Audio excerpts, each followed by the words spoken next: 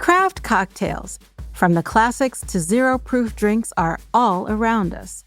But what if we told you that craft cocktails are actually a relatively recent addition to the culinary scene? My name is Toni Tipton-Martin, and I'm the editor-in-chief of Cook's Country at America's Test Kitchen.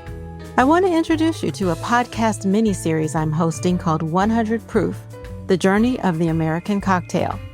Over 6 episodes, we'll look at how mixed drinks offer us a window into what was happening in America during the dawn of the cocktail. We'll then take you to the present day to contemplate what forces led to our modern cocktail renaissance. And along the way, we'll of course be sharing cocktail recipes with you. Subscribe to Proof from America's Test Kitchen so you won't miss the first episode. It drops on Thursday, May 23rd. Again, that's Proof, Proof, from America's Test Kitchen. Cheers. You're listening to Heritage Radio Network.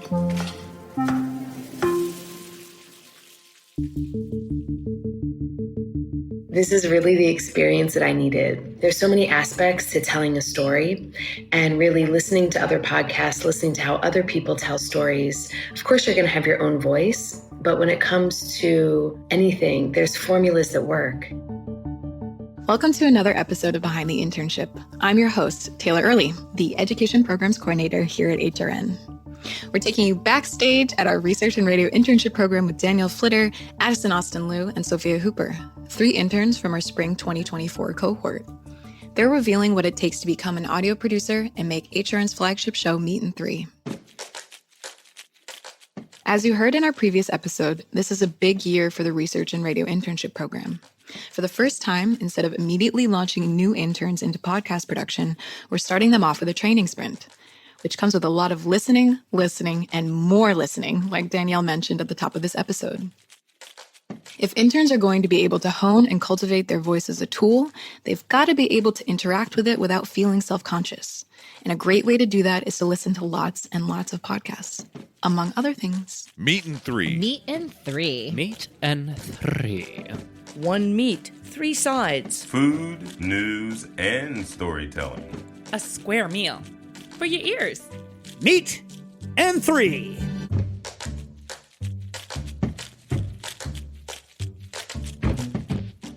Our interns are going through a multi-pronged, multi-layered, multi-week training process towards production of our show Meet in 3. Yep, that's me. I've recorded some reflections throughout the redevelopment of this internship as well as throughout it, which you'll keep hearing on this show. My name is Matt Patterson. And that's Matt Patterson. Matt, H. Conley, and I make up the multitude of prongs in the training sprint. For the first 6 weeks of the internship program, H and I co-teach journalism and storytelling, and Matt teaches audio production. This intense training period is designed to give the interns solid foundational skills in both the storytelling and technical sides of working with audio. With this under their belts, they're ready to hit the ground running with a full-fledged production of Meet in 3 later on. Interns come to the program with a lot of story ideas for Meet in 3, which is not only inspiring to work with, it really makes my job as a host and producer easy. A great story starts with an idea. That is just the beginning of a much larger process. On different tracks. And now you're starting to see it's getting a little more complicated, but you're still seeing similar things. You have those different bars, right? That was what I was calling a track. So it'd be different separated sounds. And just as like a fundamental concept, why would we want to have different sounds on different tracks? Matt makes sure the interns have the technical know-how to get their ideas on the airwaves while also making them sound good in your headphones. We meet once a week to talk about the technical side of recording audio. We talk about remote recordings, studio recordings, and then how to add music and add sound effects and edit your dialogue and all that good stuff to go from not knowing anything to being able to make full pieces. One of the first assignments for the interns is meant to get them comfortable working in a DAW, or DAW, which they'll be doing a lot of. But Matt, what's a DAW? In layman's terms, that is software for recording and editing audio. Yep. A digital audio workstation helps turn raw audio into a polished production. There are a lot of DAWs on the market: Audacity, Logic Pro, Audition. The list is long and growing. HRN's software of choice is Reaper. It's cost-effective for us as a nonprofit and pretty user-friendly after a little bit of practice. Since you can't produce a podcast at HRN without working in a DAW, the intern's very first assignment is to dive into Reaper and create what's called a rough cut. A rough cut is basically putting together the voiceover that they've recorded and their selected clips to match the script that's been created for their story. This is the rough draft, so to speak, and it happens before the engineers fine-tune transitions between the audio files, also known as stems, and smoothing out the levels, or the volume and relative quality of those stems, so that it hits your ears just right. Danielle Flitter explains their assignment a little bit more. The assignment today is basically we have two audios, the host speaking and then the interview, and we have to sync them in to match the transcript. So there's different elements of cutting the clip down to just the pieces that you need and then aligning them in time so that it flows as the conversation that you wanted to say. While this exercise teaches interns critical technical skills, they're also seeing in real time that rough cutting is an important part of the storytelling process. Trimming and arranging audio forms the backbone of the story. They just have to learn how to actually do that in a DAW first. I was reminded why I've given up on these softwares so many times, because it gets to this technical part and I just freeze like a deer in the headlights. I stop because I'm I don't know what to do. Danielle's reaction is very normal. In the beginning, DAWs can seem overwhelming. They're powerful programs with a lot of options to control and fine-tune audio. Our ongoing audio production classes in the internship are designed to get everyone comfortable behind the proverbial wheel. After the second audio production session, Danielle was feeling better. The environment here is very supportive, and because it's homework, I can't give up. Some things that I learned were clarified, or little technical things. Matt is super helpful, calm and resourceful, and also just the way the classes, I feel very safe to just say, I don't know what I'm doing and participate accordingly. But it's been really helpful to just have these courses and then have the guidance along the way. And with that guidance, Danielle completed the first assignment.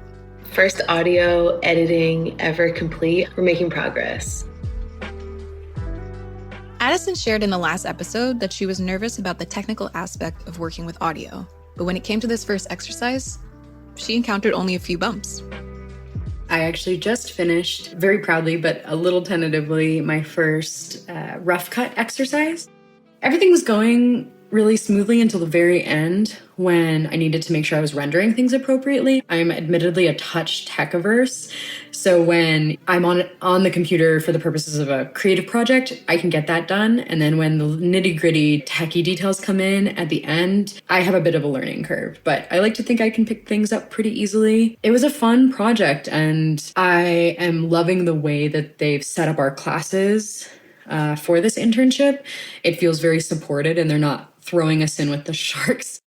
While the assignment presented Danielle and Addison with a few challenges, it had Sophia thinking about a potential future in audio editing.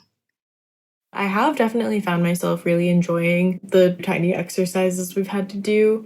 It's come really easily to me. I like it. I think it's really fun. It's making me think that I should explore that maybe outside of this or in addition to Meet and Three. I don't know what other opportunities there are for someone who's so baby at audio editing, but it's definitely something to note. With their first task complete, it was time for the intern's next assignment, this time on the journalism and storytelling side of things. In the storytelling part of their education, they are focusing on a poll, which is selecting a story or an episode that has previously gone to air and repackaging it using their lens and the angle that they find interesting. Not only do the interns need to add their own spin to the tape they select from this previously aired story, they also have to make it all fit in to a 3-minute story, which is the average length of a story that's not the meat in an episode. A side, if you will. Addison fills you in. We're working on a best of Meet and Three episode, so all of the interns are pulling stories that they think are best of and creating both host VO and interviewer VO around this story. So, you know what a DAW is, you now know what a rough cut is, and also what polls are. But what about VO? VO, or voiceover, is what you're listening to right now. It's me talking to you, tying this whole episode together. H explains. somebody has done an interview and they are selecting the choicest bites, the juiciest morsels of the interview, then writing around them to say, like, here's this expert, here's something they said, here's what that means, so that, you know, all of the sorts of facts and stuff about a story that, you know, somebody when they're talking might say in a very long roundabout way, the way that I am going very long and roundabout in explaining this. The key with voiceover is to say it efficiently and directly in an engaging and interesting way that sounds natural, that doesn't sound like you're reading it off a script, and that sounds like your voice. All right, well, now that we're all making assessments about how this particular VO sounds, let's get back into what the interns are doing. Addison chose to create her poll from episode 105 of Meat and 3, called Planting the Seed, Time Travel, Shortages, and Heirloom Crops. I chose an episode that's based around the Cherokee Nation and their revitalization of heirloom seeds, most of which were lost during the Trail of Tears. So that's particularly interesting to me in terms of food sovereignty and protection of heritage foodways. Great original story. I'm very excited to have the opportunity to kind of edit my way and take a new angle. And the angle I'm sort of trying to take anyway is that there are very specific ways and very specific things that allow cultures to self-identify. One of those things being food. And what happens when those things are lost? Loss and identity were also key components in Danielle's choice for a poll, echoing themes of her master's thesis. I just finished listening to the episode 147 called Food and Religion from the Garden of Eden to the Legacy of Gefilte Fish. It reminded me of my thesis where I discussed my Jewish identity as a vegetarian, initially feeling compromised because I was no longer eating the kind of cultural and traditional foods of the food culture.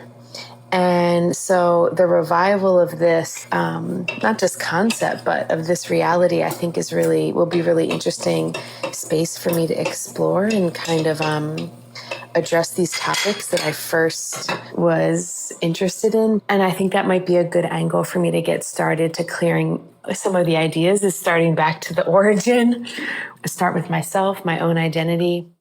Sophia relates to her story on a personal level too. She chose to create her poll from a piece that H produced in episode 48 of Meat and 3, called Finding Joy in Your Kitchen.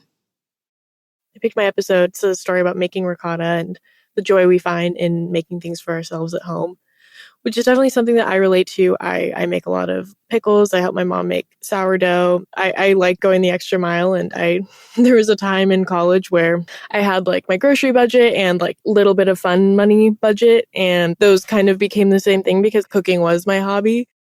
Now, picking an episode to pull from is just the first hurdle of the assignment. When putting together a 3-minute poll, a lot of thought goes into how to communicate a complete idea in 180 seconds.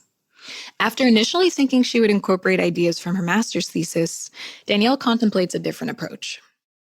I've been thinking a lot about preparing for this poll episode. And so this one is supposed to have a bit of reflection to introduce us. Growing up in a Jewish family was very formative in my life. In the episode, they talk about Ashkenazi food and how a lot of Jewish American food has roots in Ashkenazi food. And then how the deli was a point of community, as well as a lot of that deli food, like those big meat sandwiches. I just kept having this visual of when my grandma would make your own deli dinner, and she would set the table with like the rye bread on the table, plates with different meats, different cheeses, tomatoes, Golden's mustard always, mayonnaise, pickles, chips. So I've been thinking about the pull. There's something about that visual that I would like to audibly tie in that I'm not really sure how to do it yet. While Danielle contemplates the poll assignment at a personal level, Sophia flat out grapples with it from a high altitude viewpoint. I am really, really struggling with the structure. I'm like super loath to cut down H's beautiful 4-minute love letter to ricotta. It just sounds good as is. And I don't think it needs anything else, let alone my addition. But we're working on it. There's like a couple of big ideas that might be too big for the piece. Well, the first one is the idea of the piece. It's that food is hard on the environment, hard on our bodies. It is tied to all major issues that you can think of across the globe and also like on a small scale. It's a brutal industry to work in a lot of ways. But like we're here because we love it, or many of us are here because we love it. And it's nice to just be able to talk about the like positive things. And I think it's mandatory if you like are gonna survive to think about the positive things and not gloss over all of the really serious stuff that's going on around food, but to hold space for both. That's the first thing. And the second thing that might be a little too big for this piece, and like I don't I'm trying to protect myself against all the like bad faith, like this girl wants you to go back to subsistence farming type interpretations of this idea. But I do seriously think that it's important to like empower people with the knowledge that they can do these things themselves if they want to, and that you don't have to be reliant on large corporations to do everything. It's smooth sailing again for Addison. She is steadily working through her poll. Have gotten all of my clips timestamped, and now I'm beginning to write potential VO, and I will do some scratch tape, I believe is the phrase. Hang on. What is scratch tape? I'm actually going to let you in on a secret, dear listener.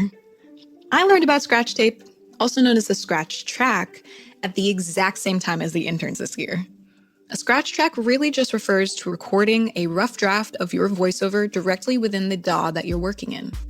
This allows you to test out potential VO scripting before setting up your blanket for or closet recording setup for your real take. What's a game changer? All of the jargon and lingo still learning, but I am doing some scratch tape to test out kind of how things sound. After a breakthrough, Sophia was happy to report that things were looking up. You're looking at a woman who has just completed her first script and rough cut for a Meet and 3 story.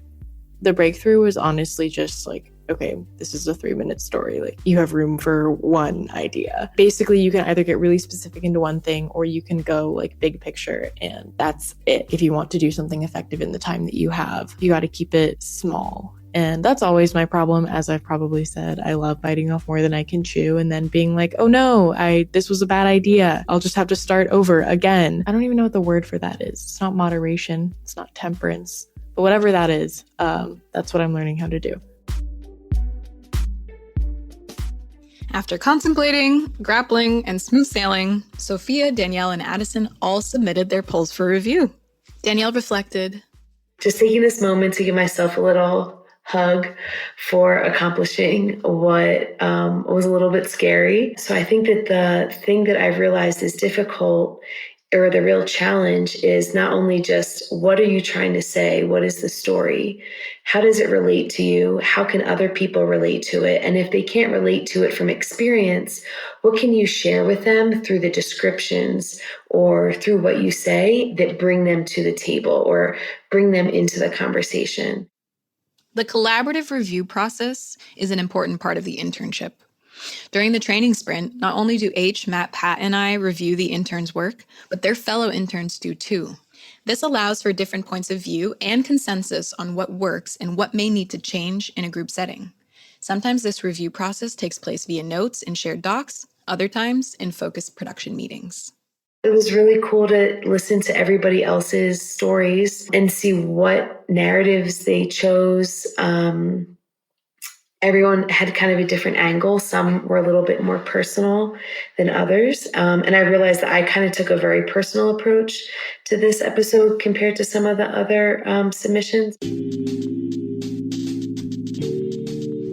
Everyone's comments were really helpful. I don't know why I'm always surprised that like what I need in order to create something is just feedback, like good or bad, even if they don't even say anything. It's just nice to like throw something at another person and see what comes back. Why am I surprised by that? That's how the creative process works. But I'm always shocked. And so I went in to look at the Google Doc comments. I was like, oh, cool. I'm like energized and excited to work on this again. Once the final edits are done after the review process, the stories will be submitted for a final review and eventually grouped together to be turned into episodes of Meet and 3. But that is a story for another time. Stay tuned for the next episode of Behind the Internship. Our 2024 research and radio interns are right in the thick of their training sprint. They'll keep contemplating, grappling, and hopefully smooth sailing their ways through our storytelling and audio engineering training sessions and taking you along with them. You can follow along every step of the way by subscribing to Meet in 3, where you'll hear both the tales behind the internship and the stories that emerge from it. Behind the Internship is produced by Rachael Markow, engineered by Armen Spendijan, and hosted by me, Taylor Early. Hi, listeners. We want to tell you about a podcast we're really digging. It's called Christopher Kimball's Milk Street Radio. Every week, they travel the world to find the most fascinating stories about food, including children who harvest cod tongues after school in Norway and a detective who tracks down food thieves. And on Milk Street Radio, you can always find the unexpected. The comedian who ranks apples using an elaborate 100-point system, the secret history of grocery stores, and how to eat your way through Italy. They also interview the most beloved names in food like Jacques Pepin, Sola El-Whaley, Jose Andres, Jet Tila, Ina Garten, Nigella Lawson, and Padma Lakshmi. Plus, co-hosts Christopher Kimball and Sarah Moulton do live calls with listeners and answer their questions about ingredients, techniques, and culinary mysteries. Like, why roasting a leg of lamb made one caller's oven explode? Ever wonder why your bread won't rise or your souffle falls flat? Chris and Sarah have the answers.